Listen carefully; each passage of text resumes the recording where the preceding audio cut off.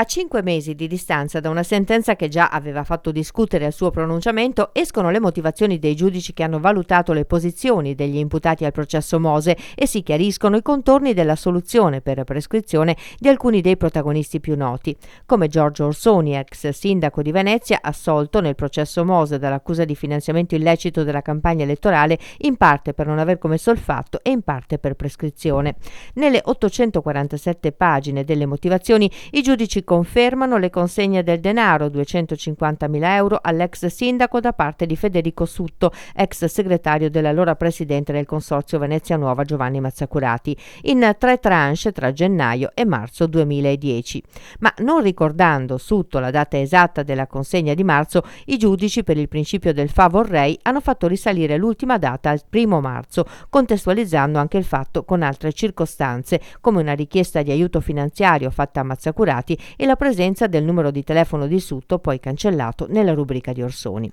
Conti alla mano, la sentenza è stata però pronunciata 14 giorni dopo che era scattata la prescrizione per questi fatti, ed hanno invece assolto Orsoni perché non consapevole del meccanismo di false fatture sotteso ai finanziamenti.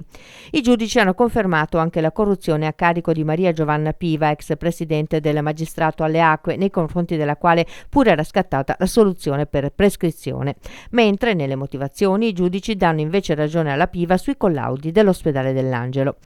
Per quanto riguarda invece le motivazioni rivolte alle persone che vennero assolte durante il processo, l'ex eurodeputata Lia Sartori trova ribadito anche nelle motivazioni che non vi è stato riscontro di presunti finanziamenti in nero ricevuti da Mazzacurati.